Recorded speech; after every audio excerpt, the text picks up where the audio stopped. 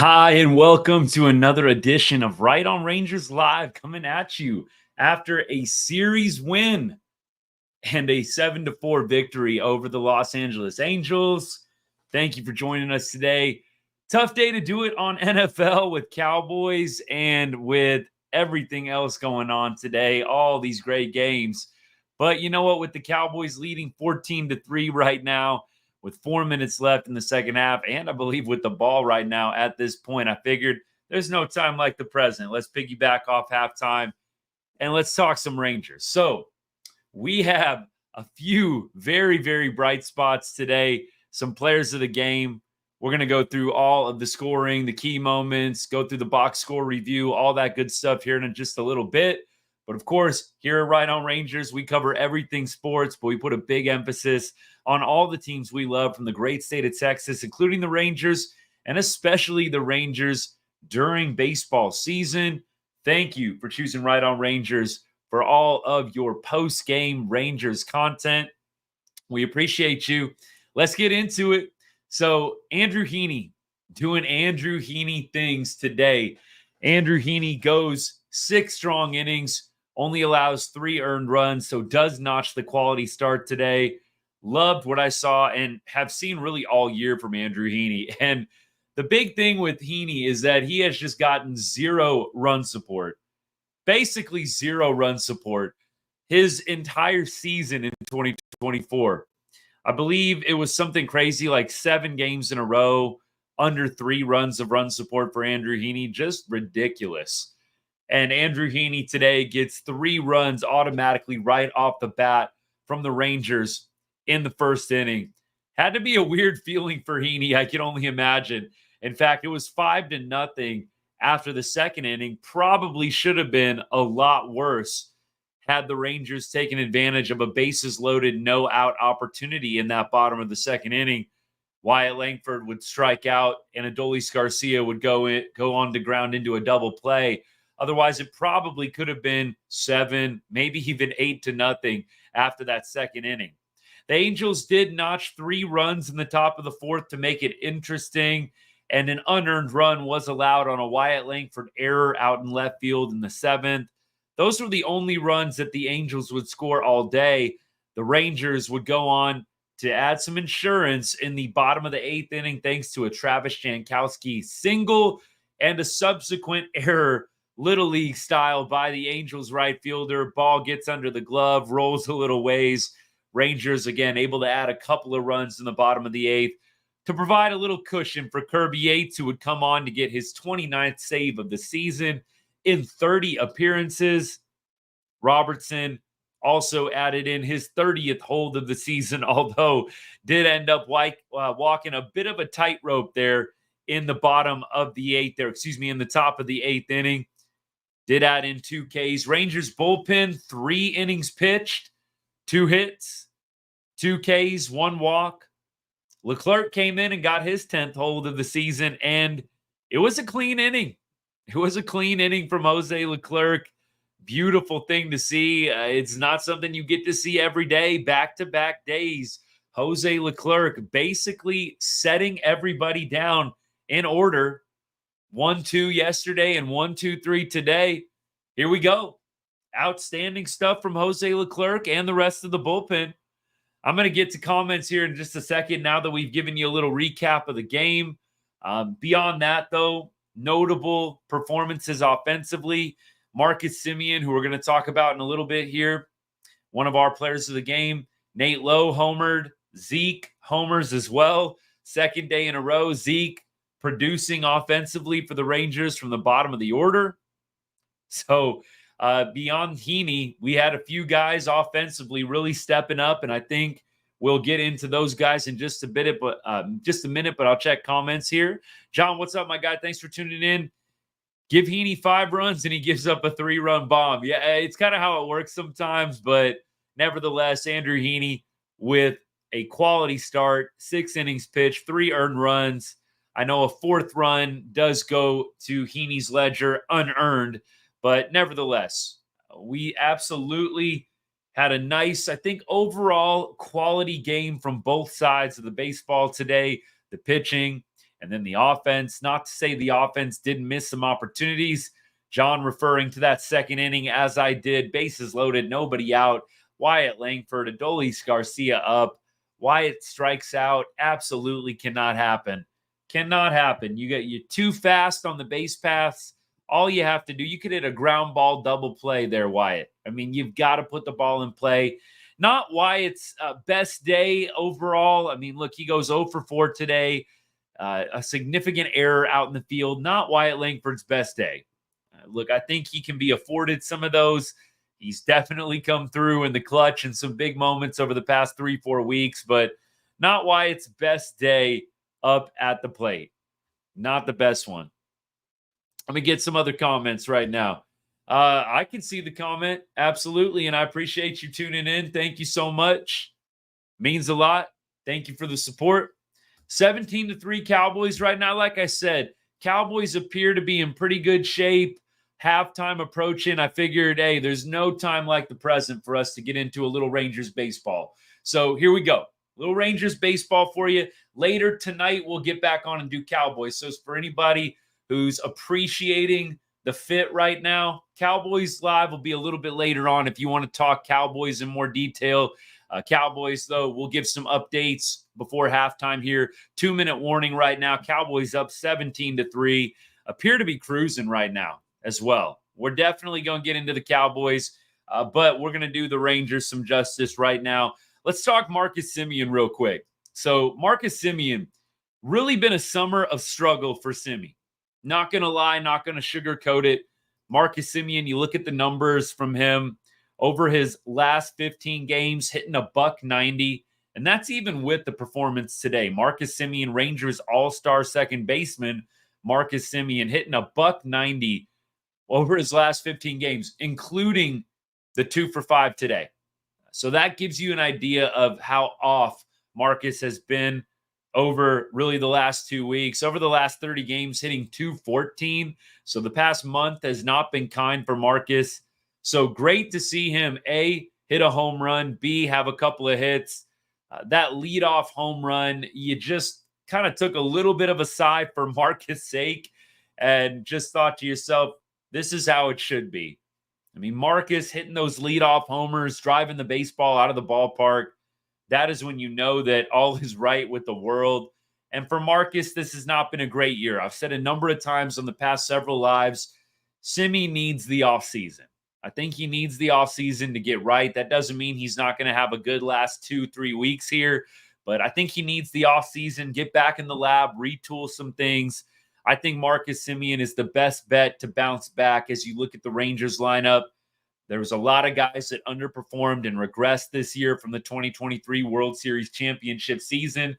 But Marcus Semien, I think, is the best bounce back candidate for the Rangers. Not sure about Adolis, not sure about Evan Carter and a few other guys, I think. But those are, I think, the notable regressions. Jonah Heim, I think, would be the other one. All-Star game, starting catcher last year. Jonah Heim, Gold Glove winner. So I think personally, we are going to see Marcus Semien bounce back, rebound in 2025. Look, I think he is the best bet at this point. Other guys, not so sure, but best bet, Marcus Semien. That's at least my pick for a rebound in 2025. Yep, John agreed. That leadoff home run, very, very good sign. You love to see it. And you see how it affects the rest of the team. Marcus goes deep, and then it ends up being a great bottom of the first inning. I don't think that it's a coincidence.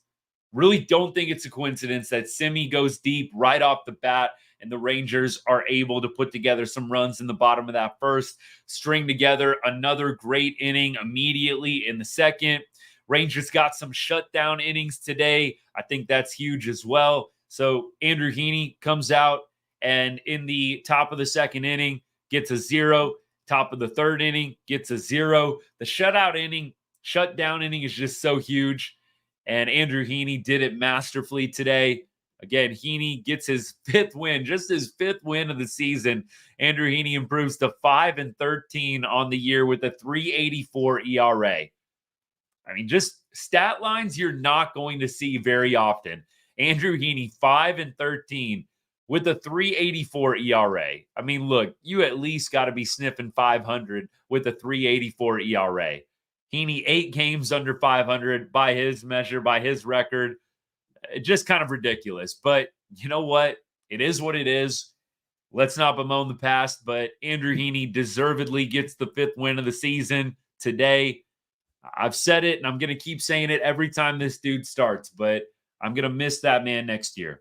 Andrew Heaney, I think, is going to get paid in the offseason. Every time he comes out and does this, not that I'm ever rooting for him to fail, but every time Andrew Heaney comes out and pitches like this, I just say it's another $1 million added onto his contract. Look, and that might be exaggeration, but I think Andrew Heaney's going to go out and at minimum probably get a 3-year, $30 million deal, maybe 3-year, 36. He keeps pitching like this. Maybe he can get him a 3-year, 45. I don't know. I think that it's going to be somewhere in that range. 3 years, 30 mil, or 3 years, 45 mil, something like that. We'll see what happens. But I think Andrew Heaney is going to go and get that money in the offseason. If I'm him, unless I just love everything about the Texas experience and, my family loves it, I am definitely probably going to be chasing those dollars at age whatever he is, 33, 34, something like that. I'm going out to get paid. I'm not trying to stick around and get a hometown discount. So I am not going to be mad at all at Andrew Heaney for going to sign elsewhere. It's not personal. I totally get it. The dude has basically one more multi-year deal in his career. Hopefully he can get that 3-year contract. Maybe a 4th if he's willing to take a little bit less average annual, but I think a 3-year deal definitely is something attainable for Andrew Heaney with a decent, maybe $10 to $15 million average. And he deserves it. He has pitched very well. Look, there's been some ups and downs during his time as a Ranger, but at the same time, I think it's a what have you done for me lately league. A lot of leagues are like that. Look at the NFL, right? NFL Sunday today. It's a what have you done for me lately league. And Andrew Heaney lately has been really, really good. Now, going back to the offense. Yeah, the home run from Lowe and the home run from Zeke Duran. Love it. Those are 2 guys that had decent starts in 2023. I think Zeke was hitting close to 300 at the beginning of last year, the 2023 season. Right now, Zeke hitting 256, 1 for 4 with the home run today. Believe he also reached base maybe on a fielder's choice or something like that. A couple runs scored. Nate Lowe, 2 for 3 with 2 RBI today, thanks to that home run. Let's do some of the stats. So Nate Lowe, 107 mile an hour blast. Clean shaven Nate Lowe, by the way. It doesn't look right seeing Nate Lowe clean shaven. The mustache or the scruff, the clean shaven look, it just doesn't look quite right to me. But 410 foot blast, 107 miles an hour off the bat. That ball got out in a hurry, and it was amazing to see. Nate Lowe, we know, has the raw power. I know I've mentioned this multiple times on past lives. People rave about the BP show that Nate Lowe puts on display, and it just hasn't translated to the game. But Nate Lowe showing you the power that he has with the blast today. Roof open today, by the way, with a little bit of a breeze. So maybe the roof open plays into it a little bit. All the home runs today.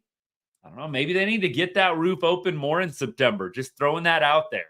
You happen to have a 3 home run game as a team. You had Semien, you had Lowe, you had Duran. Maybe that roof needs to go ahead and stay open a few more games, as long as it ain't too hot out there. That's what I'd be doing. If it ain't broke, don't fix it. So Nate Lowe, absolutely got to give him some love today. Duran as well with the home run. Back-to-back games for Duran contributing. He had that big 2 RBI hit in last night's game to tie it at 2-2. Then today you have the big home run that puts up the Rangers even a little bit more. I believe that the home run put them up 4-0 to lead off the bottom of the second. Bottom of the second could have absolutely have been a huge inning. Look, I don't love to get negative or nitpick too much when we win games like this, and especially when we take 3 out of 4 in a series. This is the Rangers' 4th series win in a row. I don't like to get too negative on days like today, but at the same time, I think with wins, we can pick things apart a little bit easier, and they're not as hard to take. So Wyatt Langford, again, not his best day. You would love for him to put that ball in play after the Josh Smith walk, loads the bases. You just want the ball in play, and Wyatt, just not a great at bat from him. 3 straight strikes. He had a foul, and then a foul tip strikeout. 3 straight pitches. Wyatt strikes out. I mean, look, they were 3 strikes, so even if he's up there taking, he's going to strike out on that 3rd pitch. That was right on the black. Had to protect the plate. But look, pitch number 2, a cutter, middle in. Pitch number 1, a fastball on the outside corner. Wyatt's just got to put the ball in play. I mean, and I know he knows that. I know what I'm saying isn't rocket science, but just unacceptable there. You got to add on. It was getting interesting there for a second.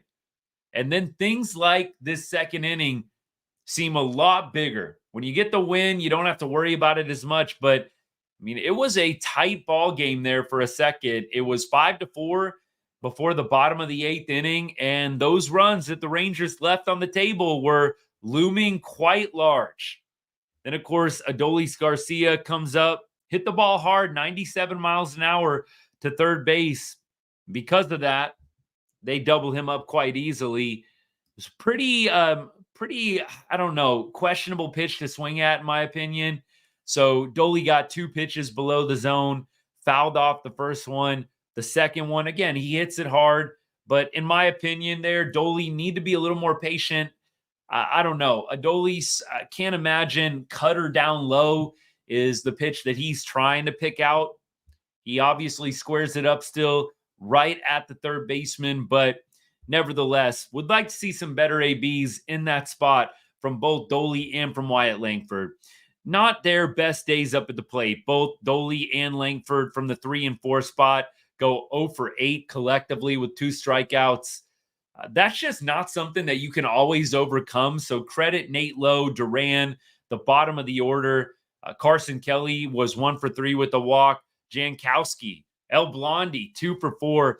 When you get performances like that from the bottom of the lineup, it makes a big difference when your 3 and 4 hitters are going a collective 0 for 8.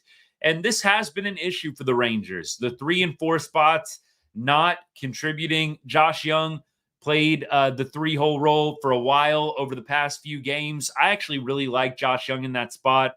Think that they should probably just keep hitting him there.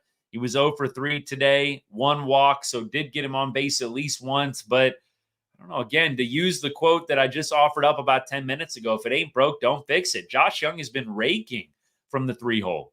Regardless of the lefty-righty thing, just keep hitting him there. I know they're trying to mess around with some things at the end of the season here. Maybe see what might work for 2025. I totally get it. But at the same time, I'd like to see the Rangers finish strong, win some games down the stretch here. No doubt. I do think, John, going back to this, I do think the roof open absolutely played a part. I think they commented a couple of times, and some Rangers beat writers commented as well. Little breeze blowing out. I do think there is something to be said about that roof open. I'd love to see the advanced numbers. So how many runs per game are scored with roof open in Globe Life's history versus closed? I don't know. Maybe there's not much to it, but it felt like wind blowing a little bit today, home runs flying. I don't know. The open air, it just felt like, hey, maybe this is something that they need to try out. I mean, look, I don't want the fans roasting out there. I have spent many a Texas Rangers game when I lived in Texas. When I was growing up, pretty much up till 19, 20 years old, lived in the Dallas-Fort Worth area. Look, I've been to many Rangers games at the old stadium where you were frying in the summertime. So, look, I don't wish that upon any of the fans, but I will say from the comfort of my couch in the air conditioning, I do enjoy watching the Rangers score runs and the roof just happened to be open. So maybe something that they need to consider. Maybe a big nothing burger, who knows? But you don't know until you try. So maybe the Rangers can try it out here over the last few weeks. We're in the spirit of experimenting with all these September call-ups. Why don't you keep that roof open? See if the Rangers keep scoring runs. Wouldn't that be crazy? Like the last 2-3 weeks of the year, the Rangers keep the roof open in September, which is a little bit cooler in Arlington during this time of year. A little bit. I'm not going to say a lot, but I definitely think it might be something worth checking out. So, anyways, let me keep going here. Do I think the roof open played into the Adolis shot? That sure looked like a home run off the bat. It just died at the wall and was caught. I don't know. I actually think I think it helped the Rangers. It did seem like off the bat with that Adolis one. I know which one you're talking about. Let me look at some advanced stats on that, though. So I'm going to go back and see if I can find which one you're talking about there. Let me see. What was that bottom of? Let me see. Was that the? I'm trying to scroll real quick. Bottom of the 5th inning. That's right. 100 miles an hour off the bat, 32-degree launch angle. Yeah, that one's tough. Leaping catch at the wall by Taylor Ward. It was a great catch. It's a great catch. I would say this. I don't think in that case the roof open probably plays a big part. Launch angle low. Nate Lowe had the same launch angle, 32 degrees, but he hit it about 7 miles an hour harder, and it went about 30 more feet as a result. So I don't know. I can't say that the roof really mattered in that case. I think it's just a great catch, low line drive that he's able to reel back in. Taylor Ward is, I don't know, just my opinion. It's hard to say though, John, really hard to say, I think, on that one. Let me keep rolling here. So I think we're officially at halftime now, and the Cowboys add another field goal. So Cowboys now have a 3-possession lead heading into halftime. Things I was not expecting. The Cowboys to be up 17 at halftime. I did not have that one on my bingo card. 17-3 Cowboy lead. You kidding me right now? Hey, I'm going to enjoy it. We know how up and down this Cowboys team can be from week to week.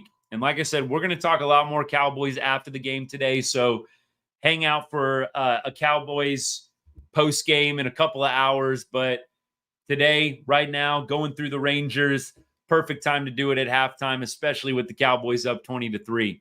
So y'all come back in a few hours and we'll talk some NFL. We'll talk some Cowboys, hopefully after adding a couple more touchdowns. Now, going through the rest of the box score here, let's see if there's anything else notable to go through. Look, we talked about Jonah Heim, and we've talked about Heim and the struggles quite a bit. And you got Carson Kelly, 1 for 3 with the walk. That is not a stat line that you've been seeing a ton for the Rangers from the catching position, from Jonah Heim. I do think that Carson Kelly needs to be the guy 2 out of 3 days. I said that last night. The performance today confirms it for me. I think Carson Kelly's got to be the guy down the stretch. And I do think you need to make it a priority to re-sign Carson Kelly if you can. Hopefully he's enjoyed his time as a Ranger. I do hope that Carson Kelly comes back next year. They do have a couple of different options if they're not able to re-sign Carson Kelly. They've got Andrew Knapp in AAA, who's had a pretty good season down in the minor leagues. Maybe they bring him up. He's a veteran guy, had major league experience with the Phillies and a couple of other teams. I don't know what the catching free agency market is like, but I think you know what you're getting in Kelly. If you can re-sign him, I think that is a wise move. I think it would be helpful to have somebody to push Jonah Heim. Not that you have to totally give Carson Kelly, the starting role, 140 games or whatever most starting catchers are catching these days. But I think you need to have a backup option. I don't think you can go into 2025 relying on a Jonah Heim bounce back. Marcus Semien, yes. Jonah Heim, I'm not as high on for a huge bounce back year. Anything can happen. Baseball is crazy from year to year, but love what we saw from Carson Kelly. 1 for 3 with the walk. That is more than enough from the catcher position down in the 8th spot. Jankowski, 2 for 4. Good for him. He's had his struggles at the plate. Granted, Jankowski was never supposed to be an everyday guy for us. and ultimately kind of had to turn into one. So Carson Kelly and Jonah Heim, look, that tandem going to be interesting to watch. Jankowski, not necessarily counting on him being back next year, but look, if he wants to continue to sign these one-year deals with us, I think that he would be nice to have as strictly a bench option. I like him off the bench late for defensive purposes. I like, obviously, him coming in and running the bases, getting a spot start here and there, but I don't know. The Rangers, I guess, will have to see what the offseason shapes up to be with free agency. You can't just be wasting a spot on Jankowski if there's somebody out there that can be a true upgrade in terms of the outfield. But I love Jankowski. Think he's a great teammate, a great player to have off the bench. But I don't know if the Rangers are going to have enough spots for him. We'll see what they do. But good to see him going 2 for 4 today. And then we talked through the pitching. Leclerc, another 1-2-3. He went 1-2, got 2 outs yesterday, 1-2-3 today. So 5 straight batters retired for Jose Leclerc. How much longer can that streak go on? 4.48 ERA for Leclerc now. Clean inning for him. 10th hold of the season. We talked about Robertson kind of walking the tightrope, but he gets his 30th hold, and Yates gets the 29th save in 30 chances. So this is a pretty typical Rangers win, minus the 2 runs getting added on late. The insurance runs have not come easy for the Rangers this year, but it feels like lately they've been able to tack on 1-2 runs late that has allowed them to at least take a little bit of pressure off the back end of the bullpen. So good for the Rangers scoring a couple runs late. Love to see it. And the bullpen has just been so good in the 8th and the 9th inning. And even in the 7th inning, Jose Leclerc, nice bridge from Andrew Heaney to David Robertson. They've been missing that. They've been missing, the Rangers have this year, a guy that can consistently get it from the starting pitcher to David Robertson and Kirby Yates. Leclerc does a nice job of that today. All right, let's keep rolling. I'm going to go ahead and start previewing the matchups for this coming week. And if you have anything else that you want to chat through from the game today, I would be more than happy to go through it. Appreciate all y'all tuning in. I'm going to scroll through TikTok a little bit. Yeah, we'll definitely get into Cowboys after the Cowboys game. We are going to wrap up our Rangers live here and go watch the second half here in a little bit. But appreciate all y'all tuning in on TikTok. Thank you so much. Looks like we're good on comments and whatnot. So Cowboys up 20-3 right now. Hopefully that can get a little bit uglier in a good way for the Cowboys as the second half approaches. But let's go into the matchups and who the Rangers have this upcoming week. By the way, today the Astros are on Sunday Night Baseball. I don't think I'll be watching that. I'll be watching a lot of football from here on out, but Astros play the Diamondbacks. I think the Diamondbacks are trying to salvage a game in that series. Going to be tough against Verlander. The Mariners, let's see what they did today. They beat the Cardinals 10-4 to improve to 73-71. And the A's in the AL West, they are losing 3-1 right now to the Tigers in Oakland. Right now, for the standings, might as well do an update here at the beginning of a new week, the standings. I'm just looking at the White Sox out 49 games. You just don't see that all the time. White Sox are out 49 games right now in the AL Central. Man. By the way, the Rangers now have a better chance at making the wild card than they do at winning the division. They are 6.5 games out of the wild card. The Twins right now are kind of reeling. They are now on a 3-game losing streak. They've lost 6 of their last 10, and that is who the Rangers are chasing for the wild card spot. The Twins, and then after the Twins, there's a few teams in front. The Mariners, who the Rangers get to play 7 games over the last 20 games. The Rangers will face the Mariners. That could actually be a pretty big series. The Red Sox are ahead, the Tigers are ahead, and the Rays are ahead. So the Rangers do have an opportunity here. It's not going to be super likely that it happens, but if the Twins continue to reel and the Mariners drop some games down the stretch, especially if the Rangers can beat up on the Mariners down the stretch, could get interesting.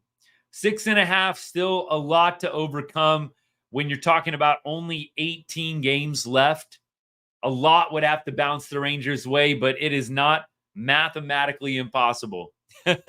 Yes, Sean, I'm telling you that at this point, the White Sox have been mathematically eliminated. The Rangers, however, have not quite yet been mathematically eliminated. Again, a lot would have to go right. But you do have a lot of games against a team that's in front of you right now, the Mariners. 7 games. Look, you win 5 of those 7, and you're pretty much neck and neck with the Mariners. Don't know if the Rangers are going to be able to pull this off, but look, it is sure fun watching the Rangers win some series down the stretch. 4 series in a row to be exact. Look, where was this? Where was this back in July, back in early August? This would have been so nice to have right after the All-Star break, the end of July, early August. Rangers may be hitting their stride a little too late, but crazy things have happened, y'all. We talked about the 2011 Cardinals. We're not going to talk about them too much because we all know how that 2011 season ended. But the 2011 Cardinals were in a similar predicament. The wild card team, I think it was the Braves, that were at least leading the wild card race, totally tanked to end the year.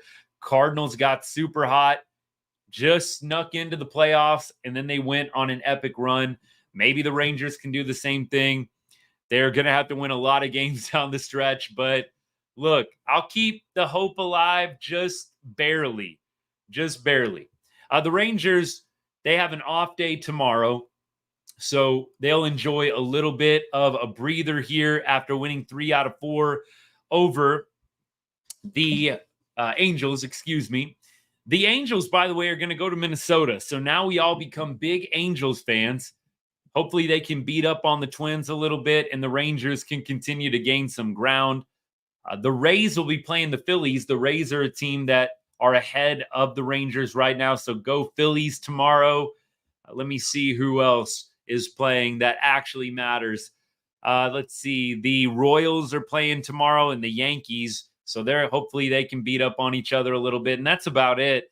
Then on Tuesday, the Rangers will be playing the Diamondbacks. They will be going to Arizona, and they'll be facing off against Zach Gallen on Tuesday night. Evo will be getting the start, so that'll be a great pitching duel, Evo versus Zach Gallen. Gallen, of course, pitched in that Game 5 of the World Series. That's the last time I believe the Rangers have faced Gallen. I don't think we saw him earlier in the year, but I can't remember, to be completely honest with you. But shades of Game 5 of the World Series, Zach Gallen starting in Arizona against the Diamondbacks, against the Rangers. And the Rangers, I think, are going to do a little 2-game set here Wednesday. I don't know if they've announced a starter yet, but the Rangers looks like we'll be throwing Cody Bradford against Merrill Kelly. Merrill Kelly, I think, started the one game that the Diamondbacks won in the World Series last year. So Rangers will be facing 2 very good pitchers, and the Diamondbacks, of course, right in the thick of it for the playoffs in the National League. So we'll be getting their best baseball. That should be a fun little series. Rangers can get 2 wins in Arizona. Man, that would be impressive. The Mariners will then be our next opponent on Thursday. We will go to Seattle for a 4-game set with the Mariners. No starters announced. So we get the Monday day off. Tuesday, Wednesday in Arizona. Thursday, Friday, Saturday, Sunday in Seattle. And that's how it's going to go. That's the plan. Let's win a couple more series. Hopefully, at least at minimum, you get a split with the Diamondbacks. And then hopefully you can win 3 out of 4 against the Mariners. Look, it's easier said than done, but that is the hope. That's right. John, thanks for the reminder. I forgot for a moment that Evo was the Game 5 starter. A little Game 5 rematch. That's awesome. That'll be fun. A lot of fun. Bring back some good memories, hopefully, in that ballpark, the place where the Rangers won their first World Series. It's got to be a special place for a lot of the players on that Rangers team that won the World Series last year. Hopefully, it brings some more positive vibes the Rangers' way as they look to win their 5th series in a row, or at least get the split. A 2-game series is tough. So I'm hoping that the Rangers can at least take 1 of 2, then go to Seattle, win 3 of 4. Let's go 4-2 on the week. I think that would be a great goal for the Rangers. 5-1 would be amazing. 6-0 would be a dream, but who knows? This Rangers team appears to be winning some ball games and kind of figuring things out, putting it together. And DeGrom coming back, Scherzer, I think, coming back, Corey Seager, they said probably shut down for the year, but maybe it starts getting interesting. Corey Seager maybe coming off the IL. I don't know. We'll see what happens. It's going to be fun. But I will say, I am going to keep my expectations low and be very, very pleased if things start unfolding positively. But can the Rangers just win series down the stretch here? If they don't make the playoffs, it is what it is. You waited too long to get hot, but at least let's win some series down the stretch and bring the fans something to cheer for the last, 2.5 weeks of the year, something like that. That's my hope for the team. I think that it would be and go a long way for some of these Rangers players that have struggled for a majority of the season to end 2024 on a really positive note. I am really pumped for Jacob deGrom starting. I think that's going to be in Seattle. I would imagine maybe Thursday or Friday night in Seattle, we'll see Jacob deGrom. That's going to be a lot of fun. I will 100% be tuning in for that. Max Scherzer coming back as well. He looked really, really good in Las Vegas last night, pitching against the Aviators, the AAA team for Oakland. So look, some fun things to look forward to down the stretch. All right, y'all. I don't think we have a whole lot else. Let's go watch some Cowboys second half. Cheer them on. I believe the second half just getting underway here. We'll be back a little later on to talk Cowboys. So, hey, if you want to come back in a couple of hours when this game goes final, we will hop back on and do a little Cowboys live. So, hey, let's do it.